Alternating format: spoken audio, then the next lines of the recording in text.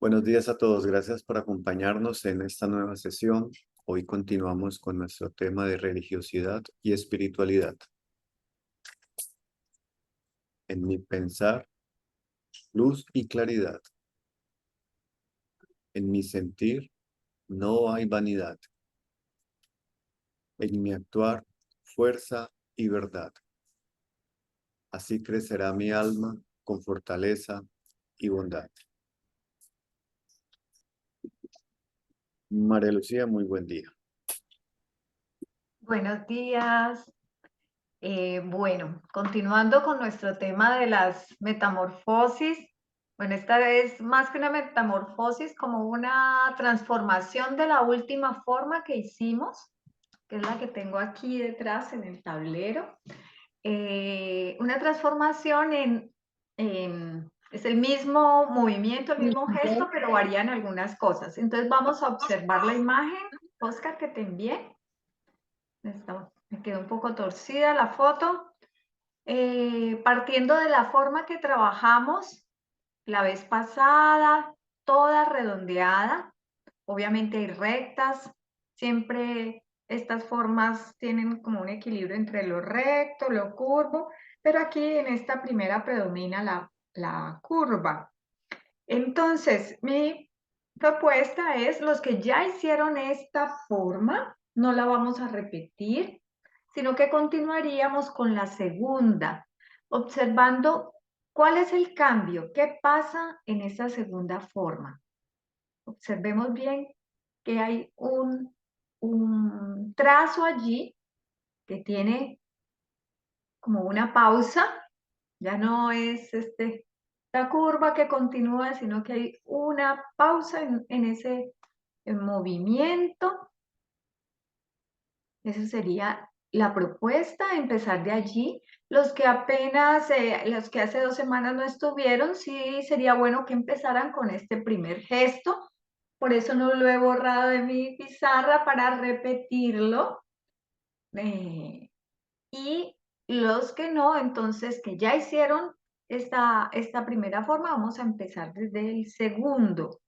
Y la última es el mismo gesto, pero hay, digamos, también otra transformación allí de esas formas redondeadas en formas puntiagudas.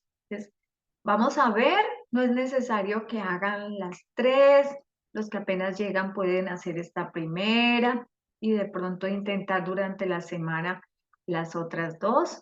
Entonces, es de todas maneras muy poco tiempo. Esta es una de las propuestas retadoras que yo sé que este grupo eh, es, es bastante juicioso en eso. Entonces, voy a ir a mi pizarra y para mostrarles esta primera forma, los que no lo habían hecho,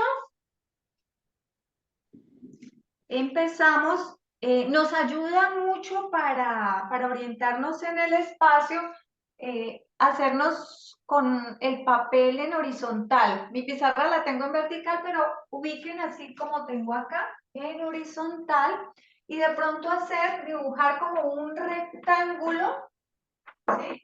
En este caso mi rectángulo lo acomodo aquí, pero hacer como un rectángulo y una línea media para ayudarme a orientar. Esto me da una guía de un límite hasta dónde moverme para que haya, buscar esta simetría. Este puede ser como una pequeña orientación, este límite superior, límite inferior, como un rectángulo y una línea media por donde se va a realizar el cruce. En los tres hay varios cruces, pero hay un cruce central que hace que toda la forma se equilibre. Entonces, voy a empezar en esta desde ese centro de ese rectángulo y voy hacia la derecha. Voy a usarme por un color más visible. Voy hacia la derecha, subo hacia el extremo de ese rectángulo de forma redondeada. Y antes de llegar, no llego hasta abajo, esta forma redondeada llega acá, pasa por ese cruce de nuevo, bajo hasta el extremo inferior derecho, sin llegar hasta el límite superior. Voy acá y vuelvo, ¿sí? Ese sería como el ejercicio, el último que ustedes hicieron, entonces para reforzar. Y la propuesta es, los que ya hicieron este ejercicio, pues vamos a hacer la variación de este segundo, que ya no, puede ser que no partan desde ese centro, o pueden partir aún desde ese centro. Vamos aún con esta forma redondeada, pero aquí llego al extremo inferior. Aquí hay como una pausa en esta forma puntiaguda, y bueno.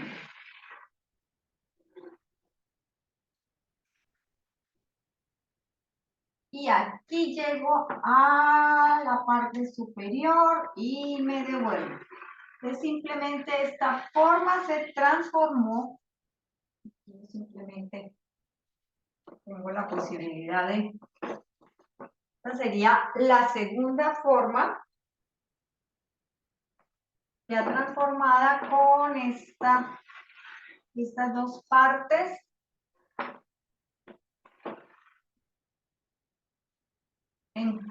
Ya no es redonda, sino en punta.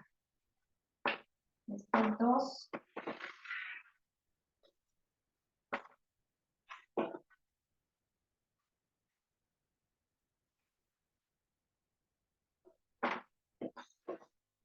Me pueden mirar como que a qué forma se les parece. Ahí yo acabo de transformar la primera en esa segunda forma. Y sirve mucho hacer ese rectángulo con la hoja horizontal, no vertical, para poder moverse con el movimiento más amplio.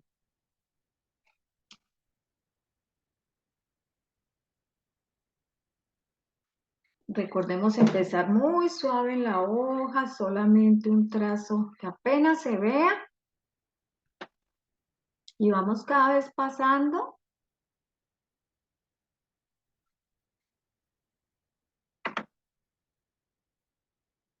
Voy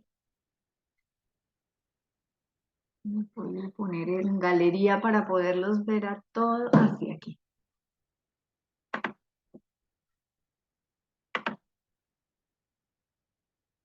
Ahora sí los veo. Hoy Oscar no tiene todos sus accesorios, pero Estefanía, muy bien. Me sirve mucho ver al menos la imagen de alguien que está haciendo el ejercicio para guiarme, porque puedo tender a la... Muy bien. Natalie, ya sé quién eres. Ah, muy bien, Oscar. Mónica, súper. Muy bien. Yo sabía que este grupo es muy avanzado. Y muy bien. Madeleine, ¿tú ya avanzaste a la tercera forma? ¿Me muestras de nuevo? Ah, ya. Estás en la segunda. Eso, sí, sí, sí, me pareció ver algo. Muy bien, Mario. Muy bien. Y siempre cada vez que pasamos una y otra vez, entre más repeticiones, entre más hagamos una acción, pues esta se va interiorizando en nuestra mano. Muy bien, Mónica. Entonces esa sería nuestra segunda forma. Y una vez sintamos que ya... Graciela, muy bien. Sí, recién estoy en la primerita, ¿no? Sí, sí, sí. Ya. Eso, muy bien. Aún puedes pasar con un color un poquito más visible para visibilizarla más. cada que pasamos intentamos que esté más, yo la veo muy equilibrada, muy simétrica, pero es bueno, Graciela, siempre alejarnos un poquito. No es lo mismo cuando yo estoy aquí al pie de la pizarra haciendo mi forma, cuando me alejo ya la veo en el tablero y le veo todas las asimetrías. Entonces, alejarse un poco y mirar con un color un poco más oscuro dónde puedo equilibrarla, hacerla más simétrica. Ya, sí, sí, buenísimo. ¿Y la transformación la hacemos en este mismo o hacemos en hojas Como diferentes? quieran, la puedes hacer si quieren hacerla sobre ese mismo con otro color lo pueden hacer o en una nueva hoja. Muy bien, Ya, Bárbara. muchas Súper. Sí, como se sientan, digamos, en tiempo, ya si la última, como varía tanto, sí propongo una nueva hoja. En esta última que este grupo tan avanzado, siempre hay que traerles retos avanzados porque muy bien, Violeta. Muy bien. Entonces, los que apenas vamos en la primera forma, empezamos a hacer este gesto ya puntiagudo. Es una forma, ¿qué se les parece esa forma? ¿Cómo a qué? ¿Qué les recuerda? Con Un corazón. corazón. Sí, como una forma corazonada, doble, ¿sí? Con mucho equilibrio. Y entonces, ya los que cambiamos de hoja, los que ya hicieron la segunda forma, y vamos haciendo como esa guía. Esa guía sirve mucho, ese rectángulo, si están en una hoja, yo con amarillo, para hacer este rectángulo que son como unos límites superior, derecho, un límite inferior, para no irme hasta abajo, porque siempre cuando hacemos dibujo de formas, hay que cuidar los límites, no solo lograr la forma en sí, sino que esa forma esté bien centrada dentro de la hoja, porque pueden lograr una forma preciosa, pero si abarca todo el espacio, eso muy bien. Si se acercamos ahí, ven que en amarillo yo hice un rectángulo con esos límites superior, inferior, ese rectángulo y esa línea media que me sirve para orientar. Yo la he hecho aquí, no me da para hacer un rectángulo, para poder hacer mi forma grande, pero sí he hecho la línea media y un límite superior y un límite inferior. Y entonces me empiezo a mover con esta última forma, partiendo del centro, busco el centro, voy hacia la derecha arriba, pero esta vez ya no redondeada, sino que es una forma puntiaguda por todos los extremos, puntiaguda aquí, puntiaguda acá, voy a la izquierda y también aquí yo no dejo límites a los lados porque no tengo mucho espacio, pero la idea es que ustedes sí tengan un límite al lado y lado. O yo intento hacer la forma lo más grande. Aquí ya es una forma puntiaguda por todos los extremos. Pasamos por el centro en diagonal. Esta forma puntiaguda.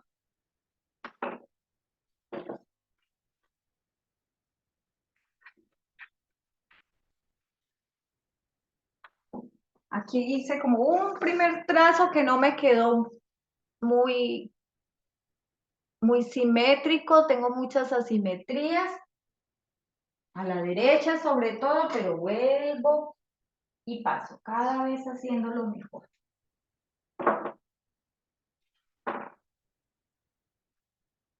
Esos trazos puntiagudos, tratando de que sean cada uno de sus extremos lo más simétrico posible.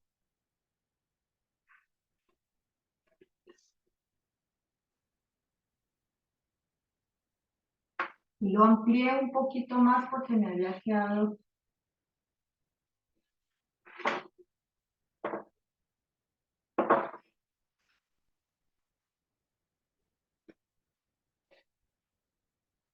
En esta última forma hay la tendencia como de parar,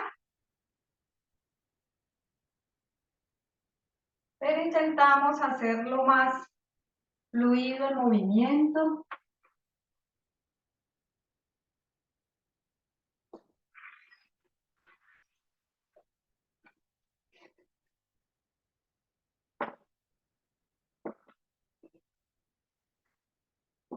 Me alejo.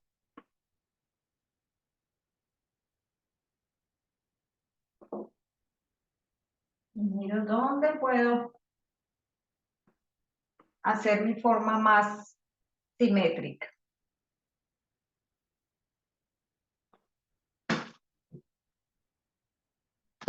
Cuando miro la pantalla, todavía le veo que la puedo mejorar. Ese es lo bueno de este dibujo. Cada vez puedo hacerlo mejor. No sale de una primera. Estefanía, por ejemplo, ha dejado un pequeño límite porque tiene una hoja muy pequeña. Entonces, claro, dependiendo del tamaño, está muy bien. Pero estuvo muy bien que dejaras un límite mayor arriba y abajo.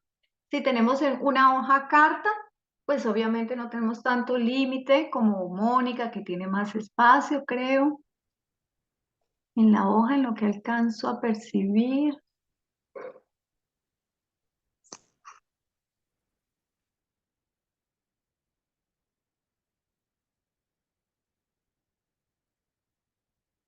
Violeta, por ejemplo, también trabajó en una hoja pequeña, Violeta.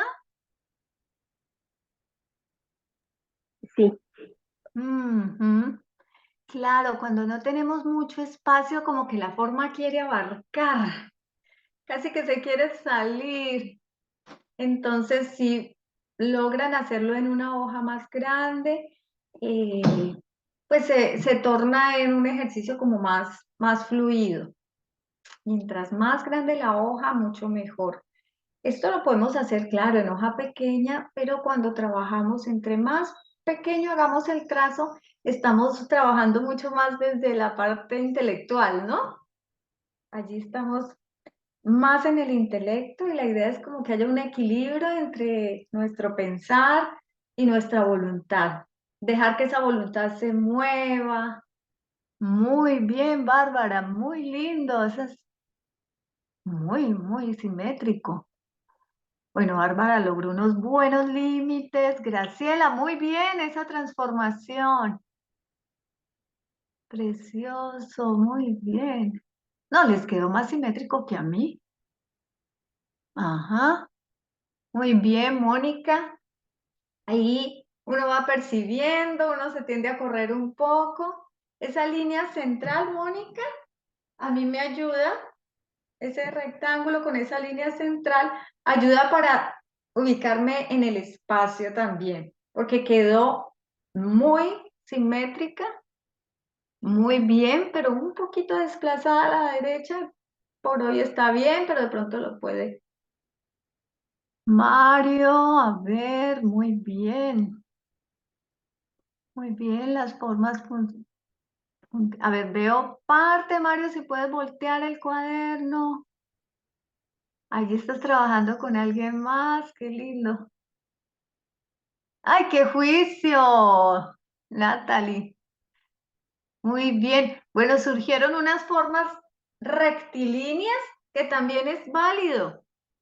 Muy bien. No tiene que ser todos iguales. Por ejemplo, a Bárbara le quedó así, bien, como que va la curva y solo la punta. Otros les quedó, llegan acá recto, también es válido. Como sintamos, como nos movamos, está muy bien. Vamos a vernos. Tanto de, aún puedo mejorar.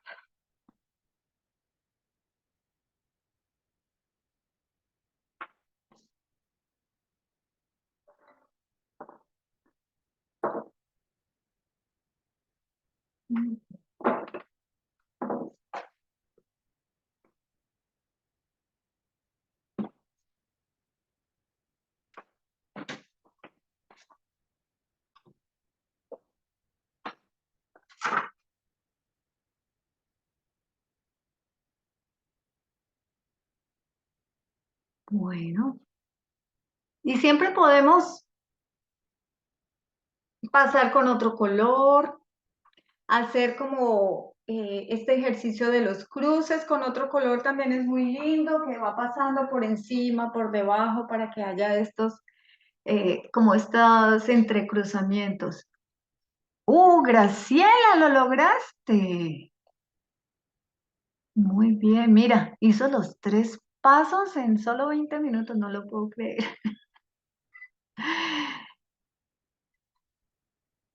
¿Cómo fue Me eso, encanta. Graciela? No, estoy emocionada, sí me encanta.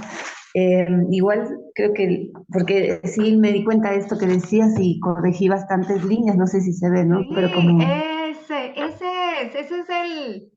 esa es la tarea del dibujo de forma, no de una primera llegar a la forma, sino es del movimiento a la forma. Y muchas veces, muchos trazos, si creemos que hacemos una forma y ya quedó, no, siempre podemos mejorar nuestras acciones cada vez que siempre, las sí, sí, sí. repetimos. La Sí, última me costó un poco más, ¿no? Encontrar como la simetría, se me ponía gordita, pero me sí. encanta, estoy feliz. Muchas gracias.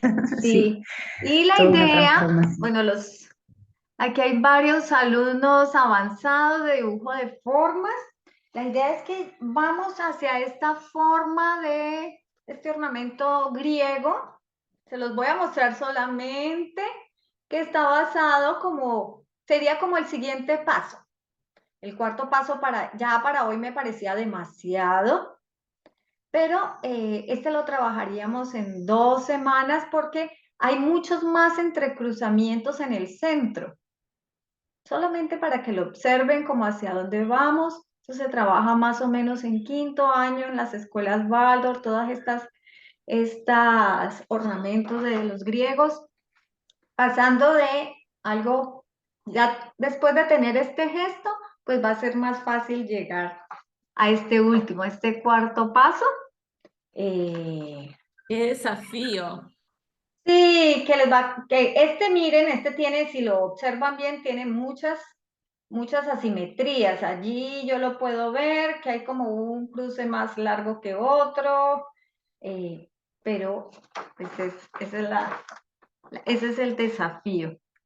Bueno, entonces para cerrar, si alguien quiere comentar cómo fue el ejercicio. Mira, Nancy. Nancy hizo un paso más puntiagudo. ¿Nos lo puedes mostrar, Nancy?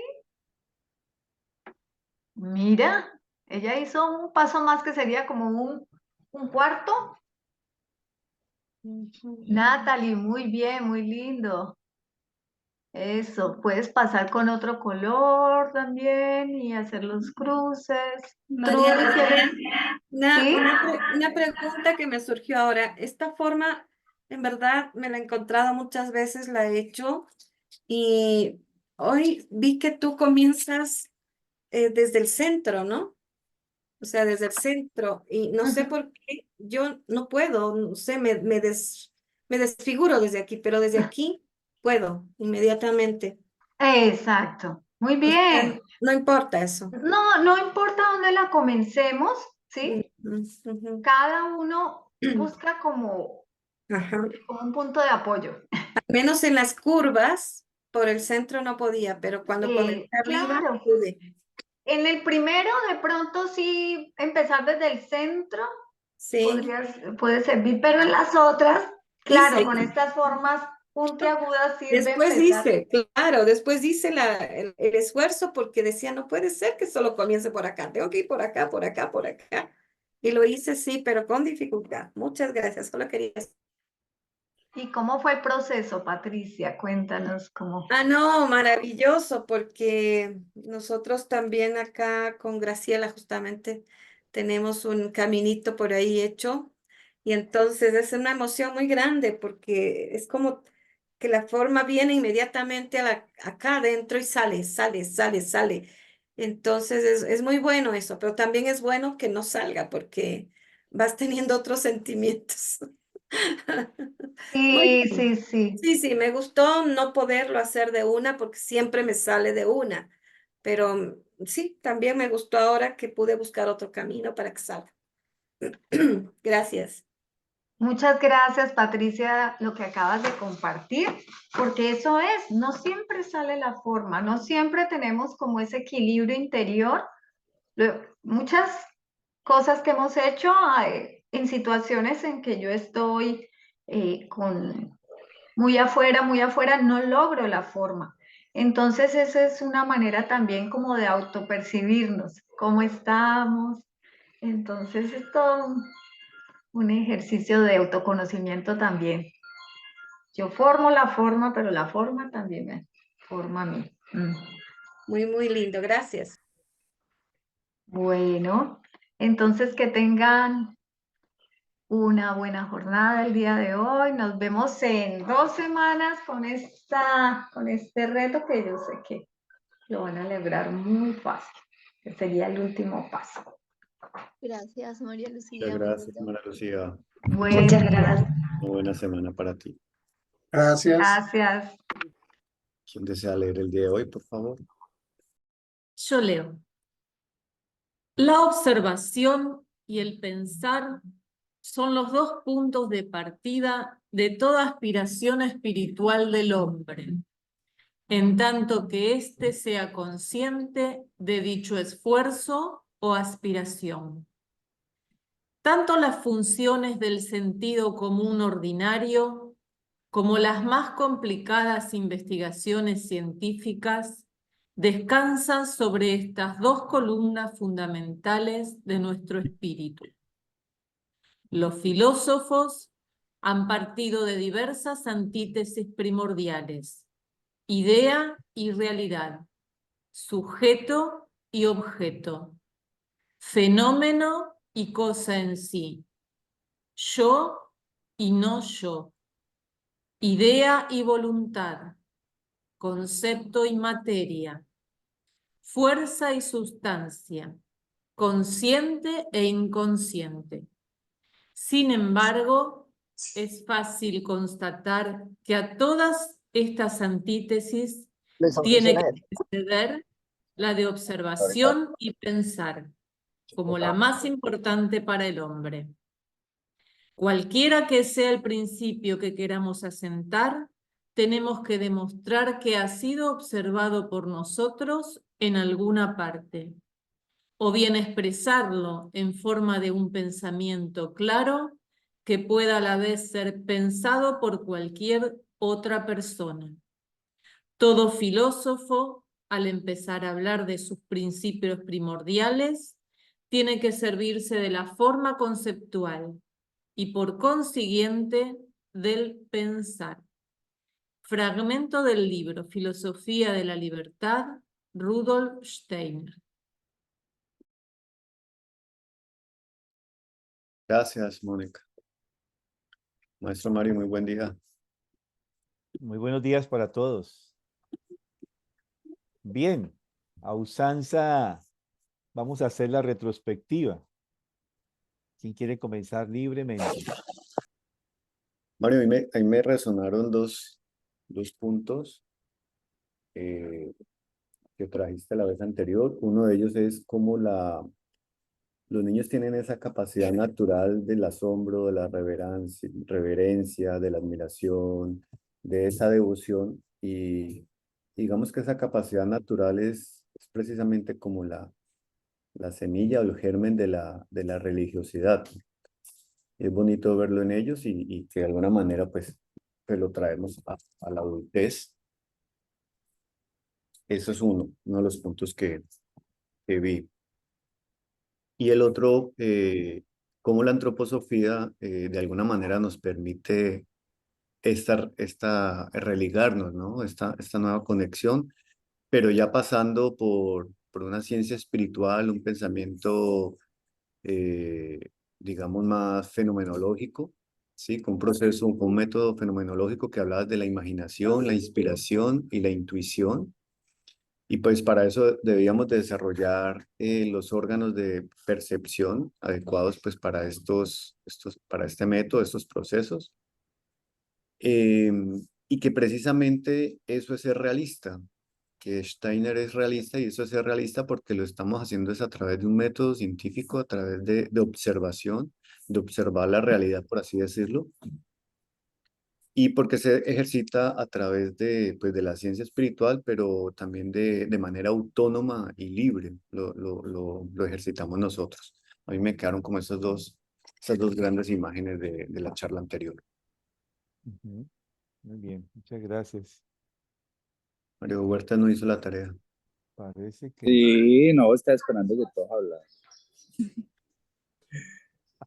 No, Mario, pues lo que queda resonando es que todo es como un porqué, un para qué, ¿sí? Porque viene como una secuencia, una secuencia, una secuencia, y me llama la atención pues que ya estamos como en el punto en donde se va a hablar de la antroposofía como tal, pero encontrar pues todos estos pensadores, todo lo que ha ocurrido, ¿me entiendes? Todo ese materialismo, todo ese,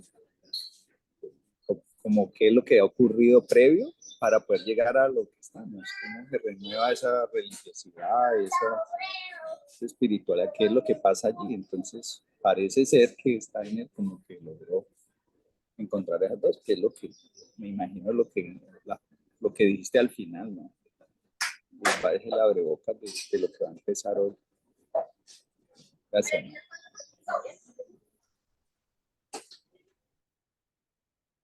bueno, muy bien, muchas gracias.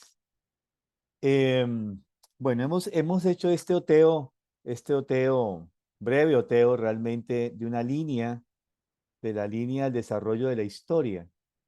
Y es importante porque uno podría decirlo de esta manera. La ciencia espiritual, la antroposofía, no podría llegar a desplegarse, a desarrollarse inicialmente en la persona de Rudolf Steiner, si toda esa línea eh, de horizonte histórico no se hubiese realizado. O sea, eran necesarios esos hechos históricos, era necesario, como lo vimos en esta gráfica ya conocida, que de más o menos 7000 años antes de Cristo, para hablar solamente de esta gran era, el ser humano tuvo que irse de a poco integrando en el mundo material. Tuvo que ir de a poco integrándose en un conocimiento y en una, digamos, en una asimilación y una relación con la naturaleza cada vez gradual y más profunda, hasta llegar a desarrollar lo que hoy en día conocemos como ciencias naturales. Y sabemos que las ciencias naturales utilizan a nivel de lo humano, pues dos elementos primordiales. Uno, que son lo sensorial. Necesitamos de los órganos sensoriales justamente para poder nosotros em, conocer ese mundo. Si nuestros órganos sensoriales, nosotros no podríamos conocer el mundo.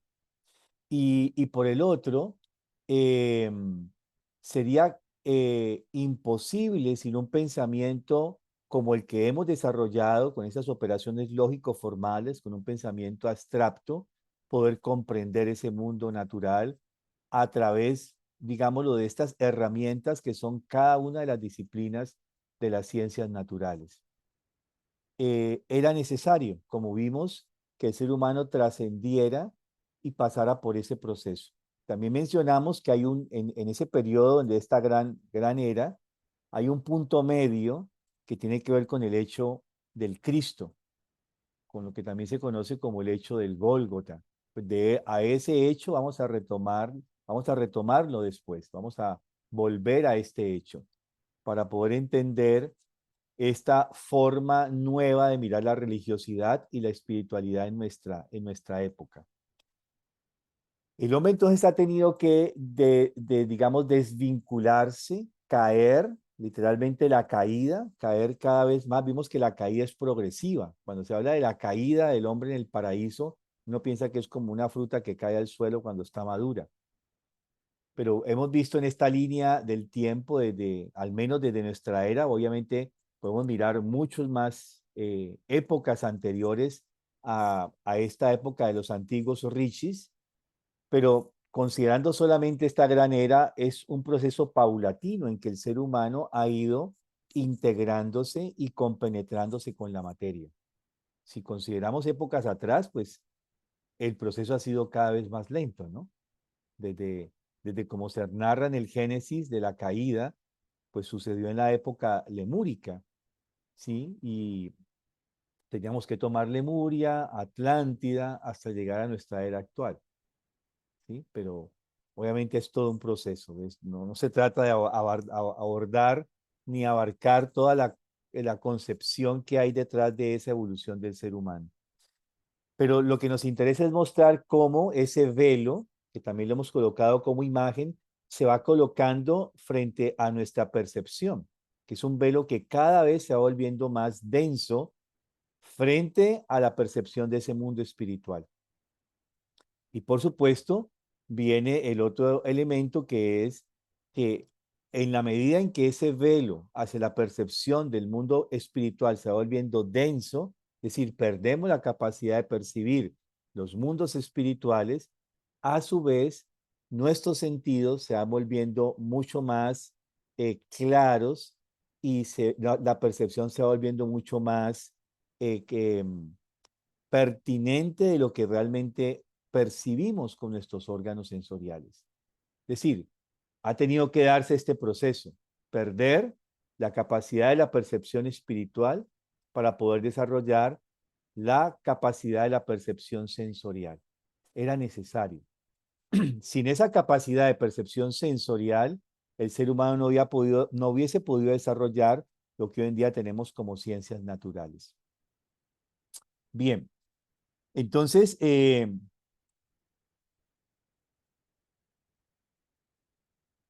también vimos que esta cualidad genuina que es propia del ser humano, de una religiosidad natural, vimos también que ya la aporta el niño. El hecho de haber perdido la capacidad de percepción del mundo espiritual no quiere decir de que hayamos perdido todo en nuestra naturaleza humana. Veíamos cómo estas tres capacidades que ya porta el niño pequeño, reverencia, el amor y la devoción, son cualidades innatas en el niño, como cualidades de religiosidad, no de religión, de religiosidad. Y que justamente una pedagogía adecuada, sana, buscaría crear espacios en relación con la naturaleza y con los demás seres humanos, donde estas cualidades de la reverencia, el amor y la devoción se puedan desplegar en el niño. Vamos a ser más o menos sanos en la vida adulta, dependiendo del despliegue que hayamos tenido de estas tres cualidades en la primera infancia. Y uno podría decir que la tarea esencial de la primera infancia es justamente lograr que estas tres cualidades se desplieguen de manera natural, no a través del adoctrinamiento, sino de una manera natural. Ya veíamos cómo el niño toma una piedra y para el niño esa piedra es un tesoro. No es, inclusive, tiene la capacidad de diferenciar entre una piedra y otra, ¿sí? Entre una hoja y otra. Tiene esta capacidad natural de no solamente de percibir el mundo, sino de ver las pequeñas diferencias entre una cosa y otra. Creo que alguna vez les conté que para mí todas las piedras eran iguales, piedra es piedra. Y un niño muy pequeño, de unos 4 o 5 años, me dice, abre tu mano y toma una piedrita que por ahí la mantengo yo, no sé si está por aquí, toma una piedrita y me la coloca y dice, toma este tesoro. Me la coloca en la mano y yo pues de una piedra. Pero en la forma como el niño la coloca y dice el tesoro, ¿no te parece linda? Y eso me hace que yo observe la piedra, ¿no? Con más atención. Y claro, comienzo a darme cuenta que realmente los joyeros saben que no es una piedra vulgar, que es lo que llaman un cuarzo lechoso. Pero tenía formas además muy bonitas esta piedrita, ¿sí? Y ahí me di cuenta que todas las piedras no son pesadas y grises, sino que hay piedras también de muchos colores y formas. Volví a recordar esto, ¿no? de niño, porque a veces uno vive con conceptos en el mundo.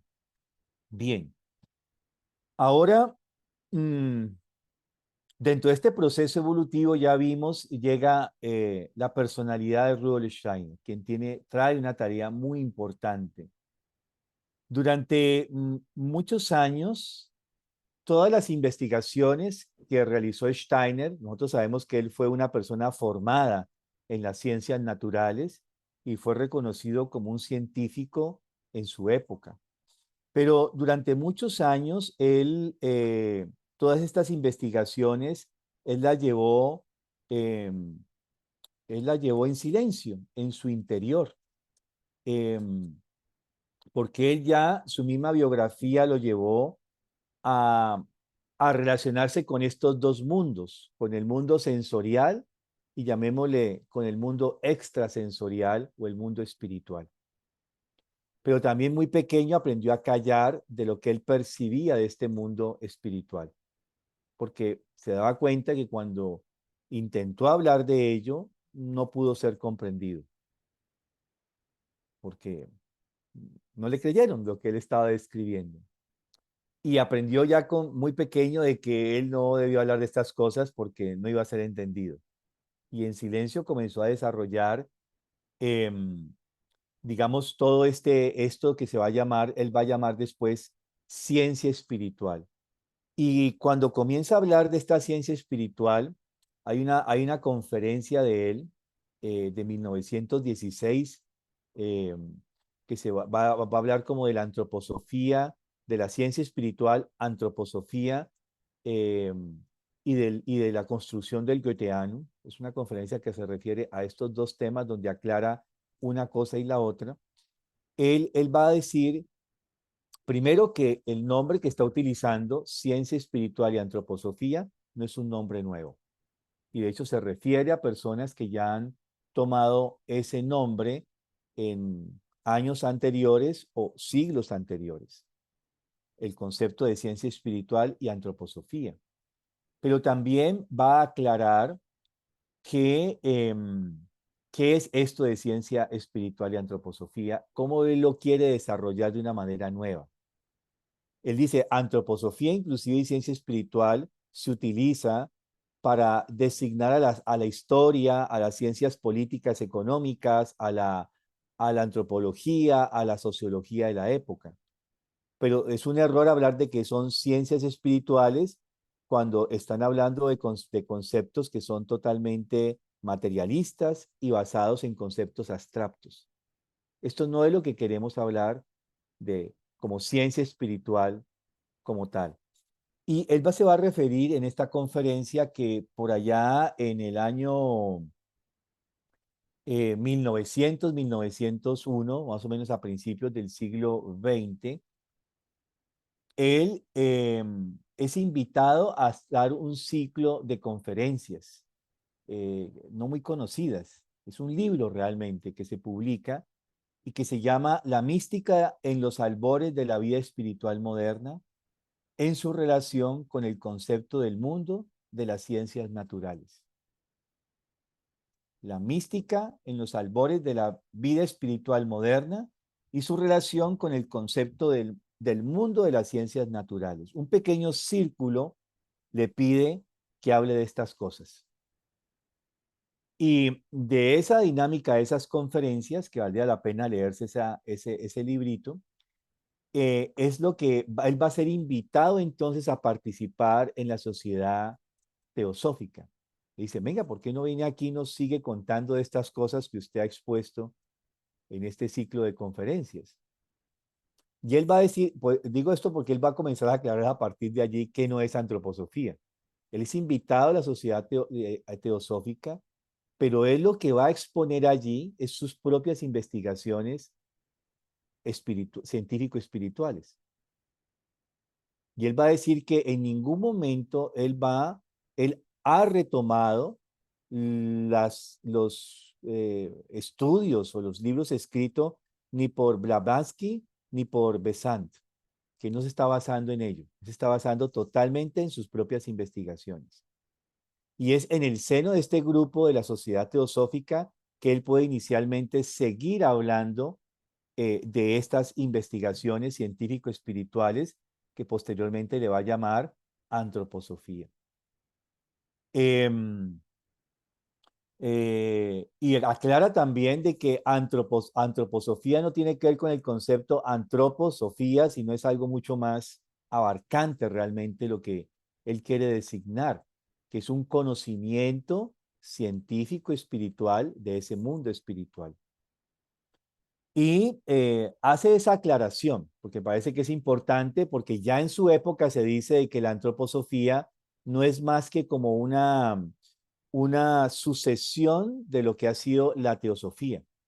Y él dice que inclusive estas formas como él presentó sus propias investigaciones científicos y espirituales, que de hecho lo manifiesta así, y él dice, ok, yo participo de esta sociedad teosófica, pero si me permiten totalmente en libertad exponer mis propias investigaciones científicos y espirituales. Y esa fue la condición que posteriormente va a causar su expulsión de la sociedad teosófica porque dicen que es erático, o sea, es hereje frente a lo que Blavatsky y Besant justamente exponen. Él va a decir que Blavatsky inclusive tiene exposiciones en sus libros muy de lo que sería la ciencia espiritual, pero que también hay muchos errores dentro de lo que ella describe, ¿sí? Para aclarar, él dice, y aclaro esto no por ser soberbio, sino porque realmente hay que dar claridad sobre los hechos. O sea, este método científico espiritual no tiene que ver con la teosofía, como la conocemos, con la sociedad teosófica, aunque haya un libro de él que se va a llamar Teosofía, ¿sí? No tiene que ver con esto. Y también dice, esta ciencia espiritual también ha sido endilgada como emparentada o una renovación del gnosticismo, de los gnósticos, y también va a decir no. Y va a hacer una comparación muy interesante porque dice, es como si se comparara la ciencia del siglo VIII y IX, las ciencias naturales del siglo VIII y IX, con las ciencias naturales del siglo XX. Es decir, hablar de gnosticismo y antroposofía sería, que tiene una relación, sería como decir, la ciencia actual no es más que una réplica de la ciencia natural del siglo VIII y IX. ¿Sí? Bueno, esto es lo que no es, ¿cierto? Antroposofía.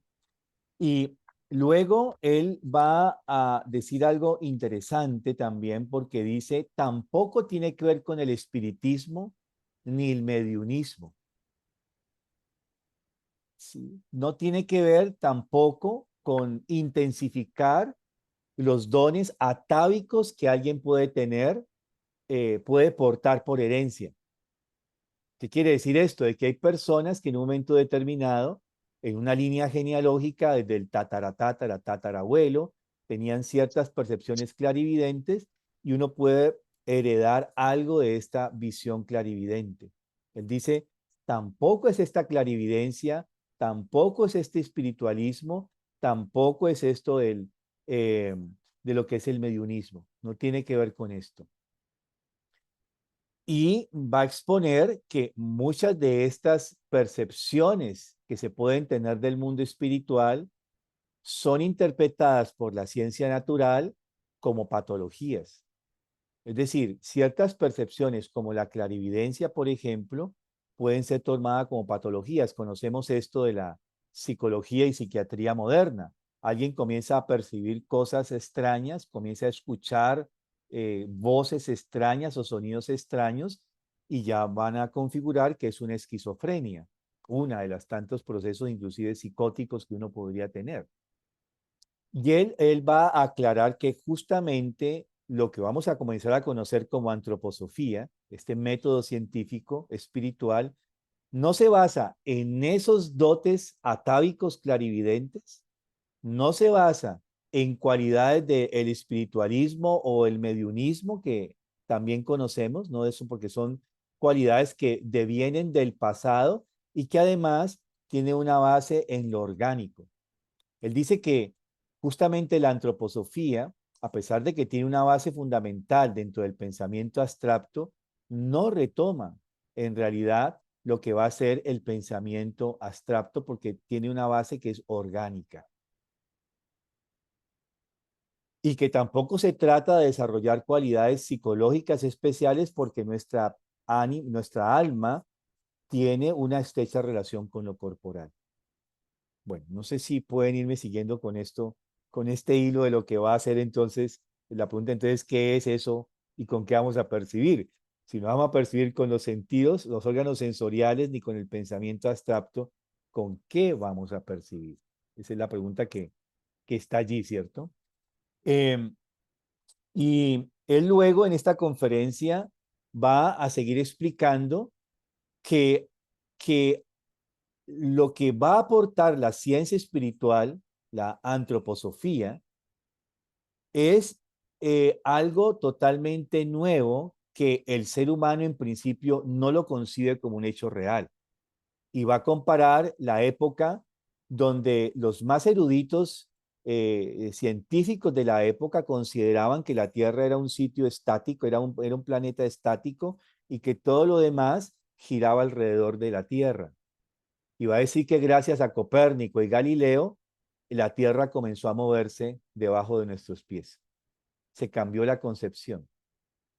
Entonces él dice de que entender que muchas de las cosas que la antroposofía, la ciencia espiritual, va a comenzar a dar como aspectos nuevos, pueden llegar a ser vistos como eh, erráticos, como en un momento determinado las concepciones de Copérnico y Galileo fueron consideradas y fueron nombrados herejías como tal.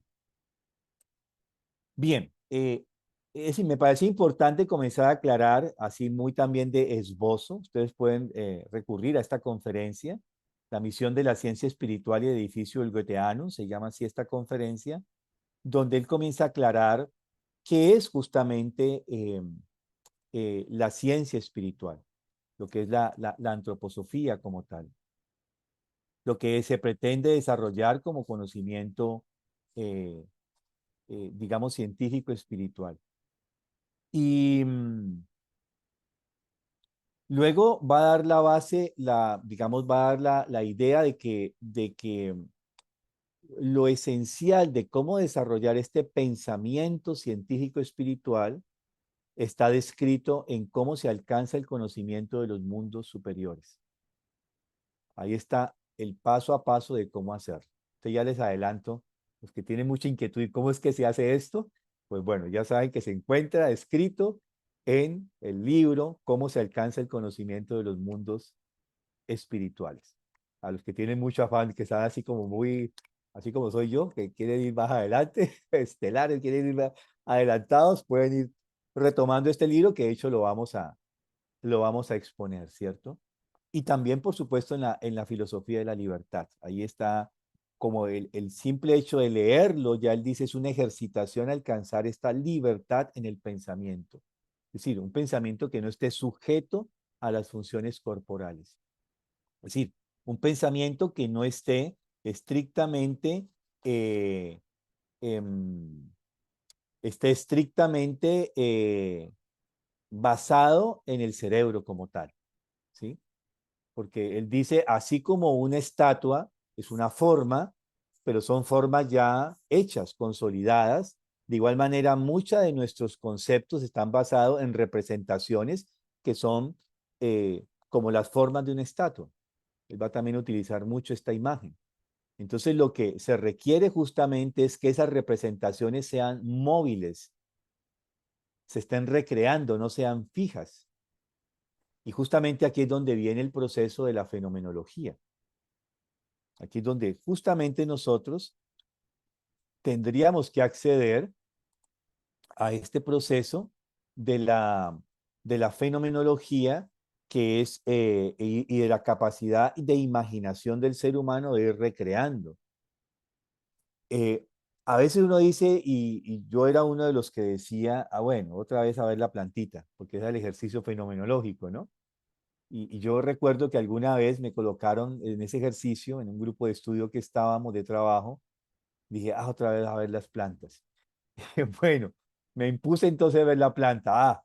Voy a ver esta, que es la que ya conozco. Estas son las que son las hojas verdes que se convierten en rojas después. Ya la conozco. Pero vamos a verla otra vez. Un poco así soberbio y arrogante. Vamos a verla otra vez. Y me puse a verla con detalle, ¿no? Sí, la planta, la raíz, el tallo, cómo se van formando las hojas, cómo abajo son verdecitas, luego algunas se van tornando rojas. Ya lo conocía. Pero de pronto llegué a la punta, ¿no? Y la planta viene así, se va desarrollando, es ancha, se va angostando y aquí forma como una especie de cáliz, de hojitas así. Y yo nunca había visto allí realmente, ¿no? Entonces miré ahí, ajá, aquí está, sí. Ahí vi algo raro. ¿Qué es eso? ¿Qué es lo que veo allí? En medio de las hojitas verdes y rojas salía un filamento delgadito y fino con un color casi cafecito amarillento. Era el pistilo así, larguito, largo así como el tallo de una palmera bien largo. Y arriba, justo arriba, se formaban 4 diminutos pétalos en cruz. Diminutos, finos, amarillos, intensos. Y en todo el centro de donde se forma el centro de esos cuatro pétalos, todo el centro, algo de color rojizo. Ah, volví a rescatar esa capacidad primero de devoción, o sea, otra vez la planta, ¿no? Mirarla con algo de devoción, ¿cierto? Algo tiene allí, ¿no? Sí, algo nuevo tiene que haber, tengo que encontrar. Y encontré, ¿sabes? Algo nuevo. Y aquí es donde uno encuentra esa posibilidad de no, porque uno se queda con los conceptos. Quiero colocarme como ejemplo en este sentido. Sí, las que son verdes y se convierten sus hojas son verdes y se convierten en rojas. Ese es un concepto. Pero cuando yo agudizo, cambio este concepto, digo, no, estoy haciendo un error, esto no está bien, esto no es ciencia espiritual, no es fenomenología. Venga, volvamos a mirar qué nuevo encontramos. Encuentro algo que no había visto hasta ese momento. Y era que en medio de esto, bien arriba de todo el follaje, surge este pistilo bien delgadito y arriba los 4 pétalos amarillos y en el centro un amarillo intenso y un rojo intenso, tengo que decir que era. Y eso es lo que nos permite esto, flexibilizarnos, no vivir en los conceptos. El problema es que nosotros vivimos en los conceptos. ¿Sí? Muchos son paradigmas construidos, ¿no? Tenemos que hablar con alguien en la vida social. ¿Para qué voy a hablar con él si ya sé qué me va a decir? Estoy partiendo de una imagen muerta de alguien. Sí, quizás es así, esa persona, pero venga, ¿será que me va a contestar esta próxima vez de la misma manera que otras veces ha contestado? Y ahí también tiene que haber esta flexibilización, el estar abiertos, tener esta capacidad justamente de apertura que tiene el niño.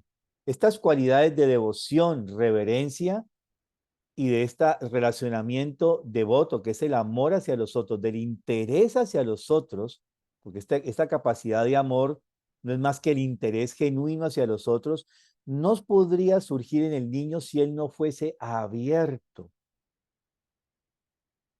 si no estuviese dispuesto a que cada día y en cada ocasión va a encontrarse de una manera nueva con ese objeto, con esa experiencia. Ustedes han visto que los niños van al resbaladero infinitas veces, van y vuelven, van y vuelven. Uno de adulto dice, sí, el resbaladero, uno se cae y ahí se desliza, sí, ya conozco cómo es. Y uno vive con el concepto de la experiencia, no con la experiencia. Y el niño, cada que se desliza, está teniendo una vivencia diferente de esa experiencia. Y por eso ríe al final. Y su risa es el reconocimiento de algo nuevo que encontró. Y esta capacidad de apertura, que es justamente la capacidad de asombrarse, referencia, interés genuino por el otro y la devoción, justamente surgen porque el niño está abierto, tiene esta capacidad anímica del asombrarse, del asombro hacia las cosas. Y estar dispuesto a reencontrar lo que es nuevo en las cosas. Los que somos muy intelectuales, y me coloco en esa agrupación, tenemos que estar luchando con eso. Vivimos en los conceptos y tenemos que salir de ellos para justamente encontrar lo nuevo. Y ahí comienza el primer ejercicio fenomenológico, de estar dispuestos a abrir nuestra alma, a asombrarnos. Y realmente una persona va a ser anímica espiritualmente más saludable si es una persona que está dispuesta a asombrarse. Pero esto ya en la vida, en el niño es genuino, auténtico e innato. En nosotros los adultos, por toda nuestra forma como nos hemos sido educados, o yo digo a veces, saben, utilizamos muchas frases de formados de alguna manera, tenemos que recrear esta capacidad de asombro, de ver de nuevo y de poder realmente abrir nuestros sentidos a mirar qué de nuevo hay en cada atardecer, qué de nuevo hay en cada amanecer, qué de nuevo hay en cada proceso de floración, qué de nuevo hay en cada proceso de cambio climático, por ejemplo. ¿Qué hay de nuevo allí? ¿Por qué el fenómeno? Sí, abril lluvias 1000. Ve, pero qué curioso, está lloviendo en la tarde. ¿Por qué llueve al atardecer? Es un fenómeno. Yo pueda tener la pregunta. Y eso obligaría a que tenga que mirar las nubes, cómo se van conformando las nubes en el día, cómo es que se van configurando esa densificación de las nubes, cómo se van agrupando, cómo descienden, cómo se produce el proceso el encuentro entre las nubes para que se produzca la lluvia. Y puedo comenzar a hacer esta observación particular. Y ahí hay un primer elemento. Estamos utilizando justamente esta capacidad de nuestra percepción, pero ya inducida por esta capacidad de asombro, por superar este nivel de lo que sería el pensamiento abstracto que está regido por el cerebro y abrir justamente la capacidad de el pensar del corazón, ¿sí? De las neuronas, de las neuritas sensibles del corazón, como se llaman técnicamente. Porque el asombro no está aquí, está aquí, en la parte media, en nuestro corazón. Y ya sabemos que fue descubierto por el doctor Armour que el corazón tiene neuronas y que el corazón también piensa. Y es ahí justamente donde tenemos que, a partir de este cerebro que va a ser que va a ayudarnos a procesar muchas de estas cosas, pero tenemos que asociarlo ahora con el pensar del corazón, o el pensar del corazón que se asocie con el pensar de nuestra cabeza, el pensar abstracto. Bien, entonces,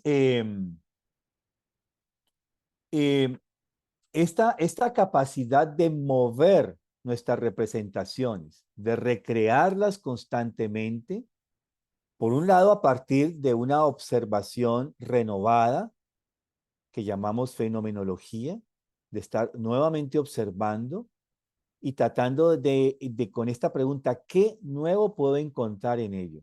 Yo que les conté alguna vez cómo Goethe, a partir de observar cráneos de diferentes animales, una y otra vez, describir, esbozar, dibujar lo que iba observando, va a descubrir que existe el hueso intermaxilar en los seres humanos. Y esto es un descubrimiento maravilloso en la ciencia, para las ciencias naturales, porque muestra cómo hasta los primates no hay hueso intermaxilar, pero a partir de los seres humanos sí hay hueso intermaxilar. Y viene todas las descripciones que él va a hacer con el descubrimiento del hueso intermaxilar, que ya alguna vez vimos acá. Cómo ese hueso intermaxilar permite crear la bóveda del paladar y que esa bóveda del paladar a su vez está relacionada con el arco del pie.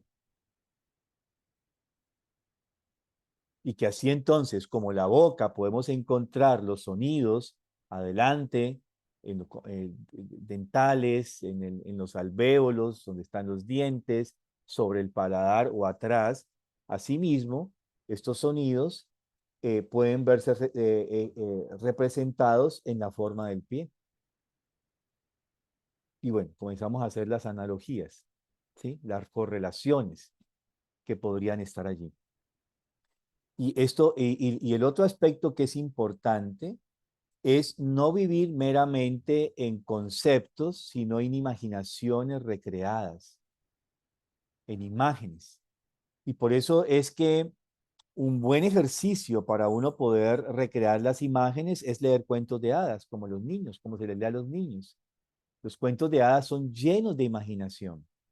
Los niños viven en esa capacidad imaginativa. El niño del primer septenio vive, y todavía por ahí hasta los 9, 11 años, hay muchos niños que viven en esa capacidad de percibir en imágenes. Para ellos las imágenes son descripciones de realidades. Y los cuentos de hadas están llenos de estas descripciones de imágenes. Obviamente el error es cuando tratamos de utilizar nuestro pensamiento abstracto para interpretar lo que está descrito allí como imagen. Por ejemplo, creo que alguna vez lo vimos. Tomemos la imagen de Caperucita Roja. ¿Qué imagen es esta? ¿Quién recuerda esto cuando hablamos de Caperucita Roja? Como imagen. ¿Por qué se caracterizaría Caperucita?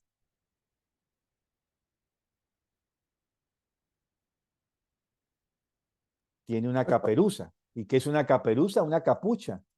¿Dónde está la capucha? Debería estar sobre la cabeza, ¿cierto? Entonces vemos que ella está aquí, sobre esta parte. Pero es roja, no es azul, ni es gris, ni es verde, es roja. Entonces ahora anatómicamente podemos preguntarnos qué hay aquí en esta área de nuestra cabeza. Aquí tenemos todo el área de lo que llamaríamos técnicamente neocórtex. Y ese neocórtex, que es una capa que lo forma justamente, se forma a partir de la mielinización, o sea, la grasita que va recubriendo las células neuronales. Y esa grasita que va recubriendo las células neuronales va a permitir que haya una comunicación más intensa, más activa entre una célula nerviosa y otra. O sea, lo que se conoce técnicamente como sinapsis. A mayor grasa mielina, mayor comunicación entre las neuronas, mayor conexión electromagnética. ¿Cuántos años creen que tiene Caperucita?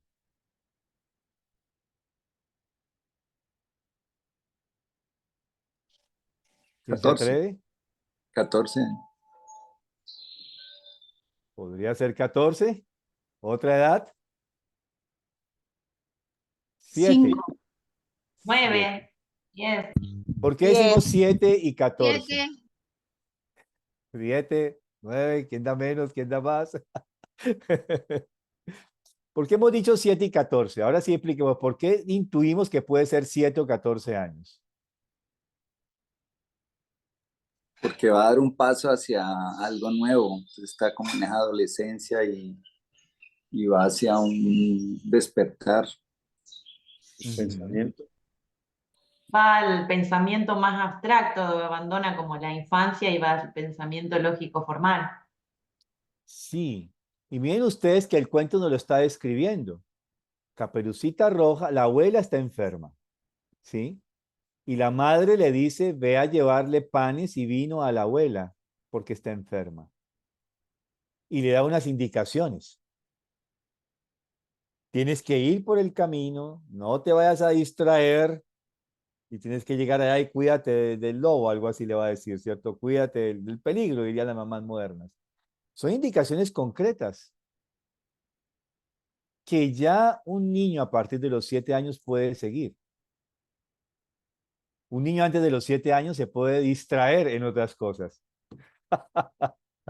¿Sí? Se caen las piedritas, las florecitas, pero justamente esto es lo que va a aparecer como el lobo que la distrae justamente en lo sensorial, porque justo con esta capacidad de representación que comienza a formarse en esta caperucita roja, surge la capacidad sensorial.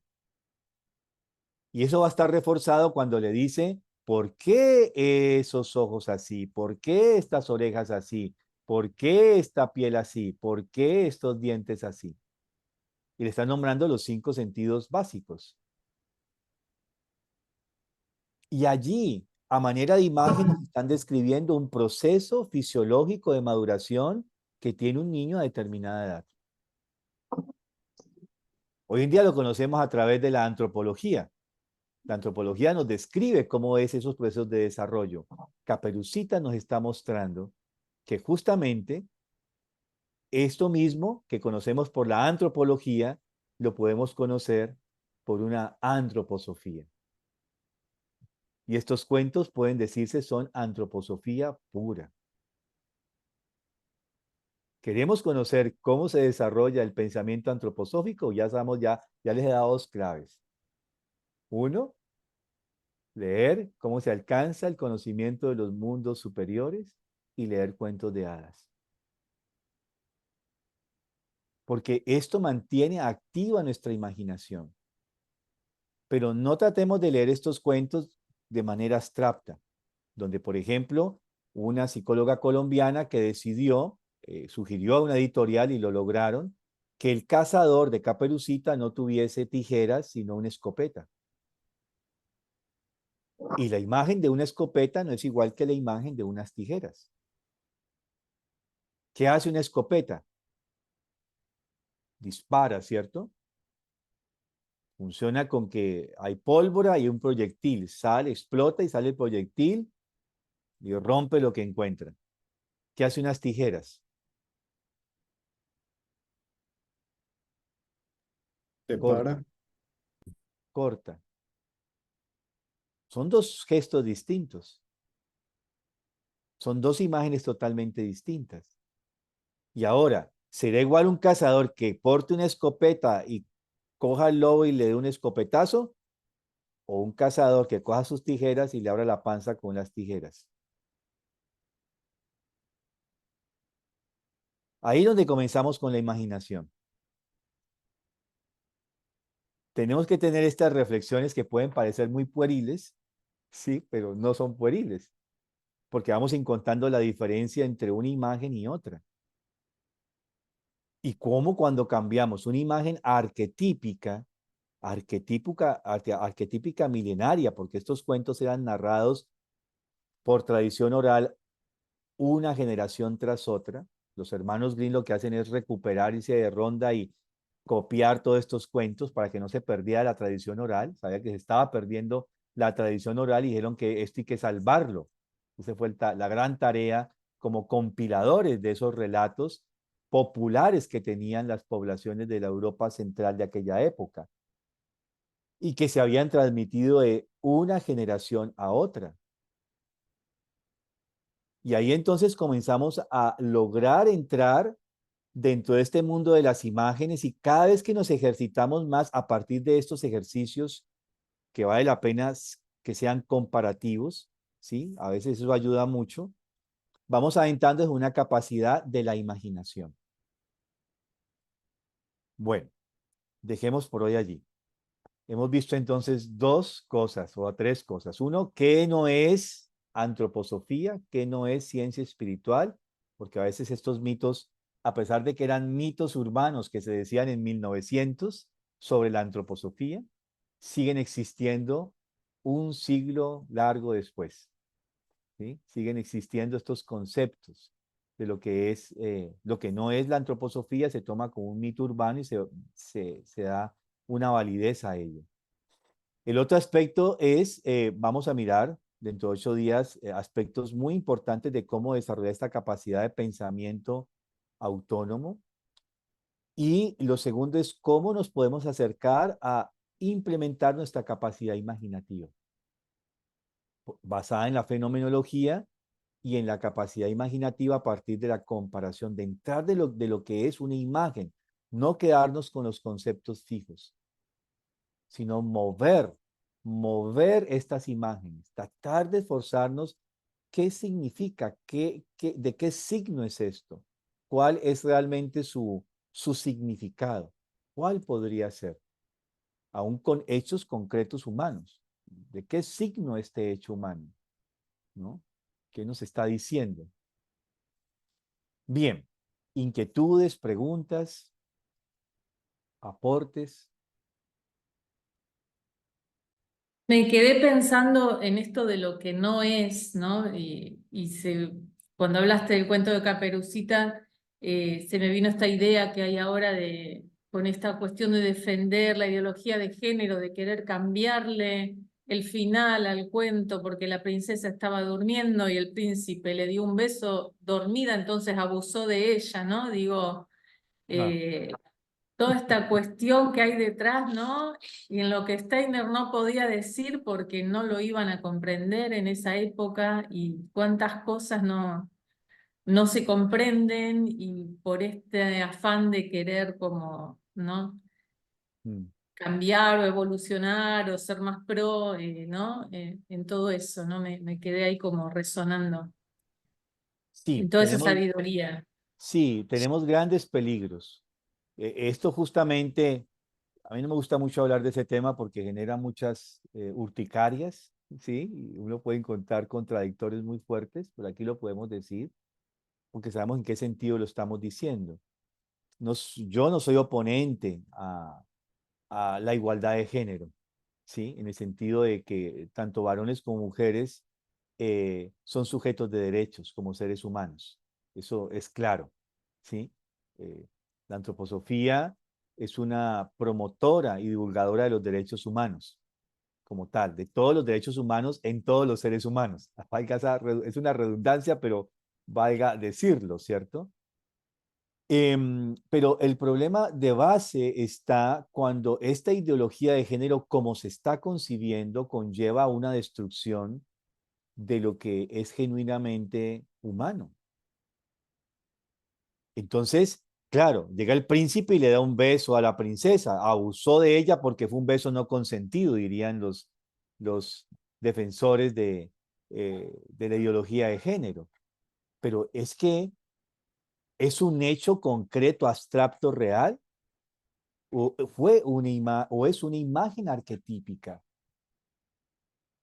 Comenzando que la princesa no es una princesa mujer o que se identifica como mujer, porque ahora diríamos, bueno, es el varón que se identifica como princesa. ¿Sí? Ese es un lío, ¿sí? No, es la princesa, pero ¿de qué es imagen la princesa? Esa es la gran pregunta cuando entramos en estas imágenes arquetípicas. ¿De qué es imagen la princesa? Y la princesa es imagen del alma humana. Y todos los seres humanos tenemos un alma humana, varones y mujeres. Y la princesa es arquetipo del alma humana. ¿De qué es arquetipo el príncipe? No es de un varón, ¿sí? O de alguien que se cree varón, porque digamos, de un varón biológico, de un varón, alguien que se cree varón. Es arquetipo del yo, del espíritu. Y cuando se habla de que el príncipe se acerca y besa a la princesa, está diciendo de que esa alma carente de espíritu, ahora el espíritu se incorpora dentro de la naturaleza del alma humana.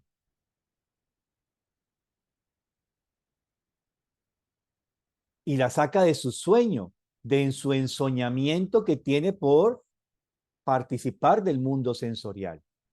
Y la despierta a lo que es el mundo espiritual. Hoy día parece que vamos a tener que comenzar a explicar los cuentos, que sería fatal. Eso es para los adultos, ¿sí? No para los niños, porque los niños entienden totalmente el arquetipo. Viven en el mundo de los arquetipos universales. Un niño no ve este dilema de la ideología de género en ese gesto. Él lo entiende perfectamente. Pero nosotros pervertimos esa capacidad imaginativa de los niños cuando nos adentramos con las explicaciones abstractas, preconcebidas, prejuiciadas de lo que es el arquetipo, de estos arquetipos universales. Ahí tenemos una gran tarea, porque cada esto va a tener más fuerza y va a ser mucho más fuerte, ¿sí?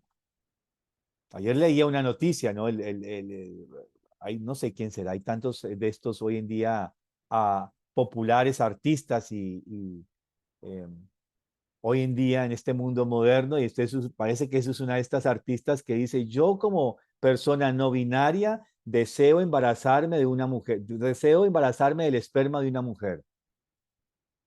Literalmente ese es el titular. Yo como mujer, yo como persona no binaria, deseo embarazarme con el esperma de una mujer. Eso hay que pensarlo 5000 veces, ¿qué es lo que quiere decir? ¿Cómo puede ser esto posible? Y ustedes me disculparán y me disculparán los que quizás me escuchen después cuando vean estos videos, pero eso es un absurdo al que estamos llegando. ¿Sí? Y si uno dice algo contrario, ahí la tiene. ¿Sí? En ese contexto. Por eso digo, es mejor no hablar. Uno más bien respira, da media vuelta y se va. ¿Sí? Porque no hay diálogo, no hay tema allí. Cuando no hay diálogo, pues no tiene sentido decir lo que muchas veces se piensa, ¿no? Aunque a veces hay que decirlo. Y creo que aquí hay que comenzar cada vez a hablar y defender justamente estos cuentos como base fundamental de los arquetipos universales, de imágenes que no están hablando de nada que tiene que ver con el mundo material, que no son concepciones materialistas. Y miren ustedes cómo a través de esto se nos cercena cada vez más lo humano. ¿Qué pasa si los niños comienzan a tener concepciones abstractas de los cuentos de hadas? Es más, con estas concepciones abstractas de los cuentos de hadas, prejuiciadas y con ideologías, con paradigmas preconcebidos, se alteran los cuentos de hadas. Ya pueden imaginar qué pasa, ¿cierto? Entonces, el ataque, visto desde este punto de vista, es hacia lo genuinamente humano en todos nosotros. Es así. Ese es el mundo en el que vinimos a vivir y por algo lo escogimos. Alguien vi que levantó la mano por allí ahora.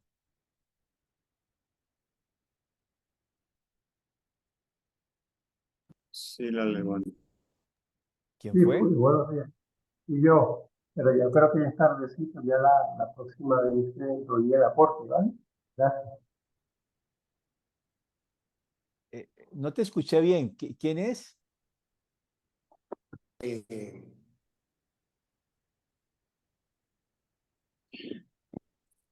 Hola.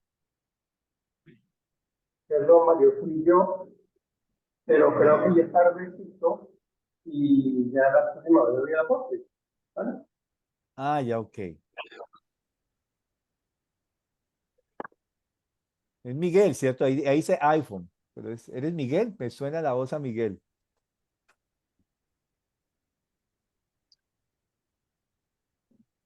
Debe ser. Están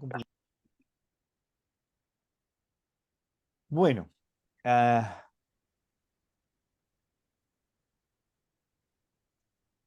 tenemos 5 minutos todavía.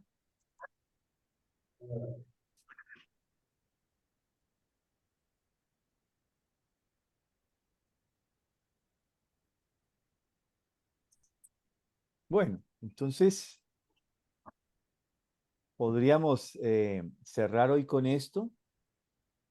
Quienes sean un poquito inquietos pueden irse, por favor, a cómo se alcanza el conocimiento de los mundos superiores o indagar en esta conferencia que mencioné al principio, que es digamos, la puerta de entrada a lo que Steiner va a comenzar a exponer como ciencia espiritual, la mística en los albores de la vida espiritual moderna. No recuerdo qué GA es, pero lo puedo investigar y se los puedo mandar a través de Oscar. Porque quizás algunos lo leen en inglés o en alemán. Bueno, entonces continuamos dentro de 8 días. Gracias, Mari. Muchas gracias. Gracias, Mario. Un abrazo a todos.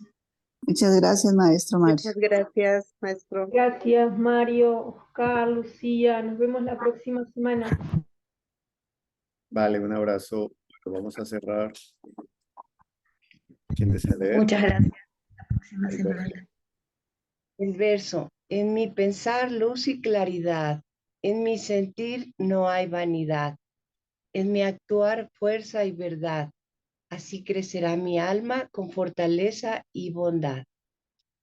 Gracias, Nancy. Gracias a todos. Una buena semana. Gracias. Chao. Chao. Gracias a todos. Buena semana.